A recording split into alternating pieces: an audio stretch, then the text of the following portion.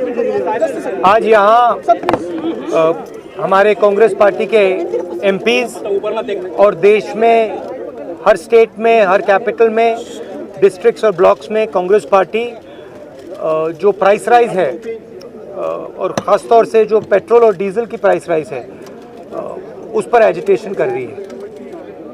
पिछले 10 दिन में 9 बार पेट्रोल और डीजल के प्राइसेस बढ़ाए गए हैं और इसकी चोट डायरेक्टली सबसे गरीब मिडिल क्लास लोगों को पड़ती है।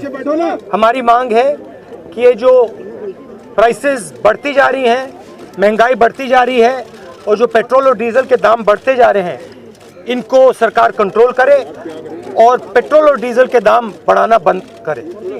तो इसलिए हम सब यहाँ आए हैं। पूरे देश में हमारा प्रोटेस्ट चलेगा, काफ़ी दिनों के लिए चलेगा। ये हमारा मैसेज है। सर, जिस तरह विधानसभा चुनाव in English we can see that petrol and diesel prices are climbing rapidly. Government is making thousands and thousands of crores from this. Over the last 10 days, 9 times they have been raised. Congress party is protesting across the country in districts, blocks, state capitals, here with our MPs against this price rise, against the rise of petrol and diesel prices. Government has to stop doing this. This is hurting the poorest people in the country and it's hurting the middle class. Government has to ensure that prices do not rise and they stop raising diesel and petrol prices. Thank you.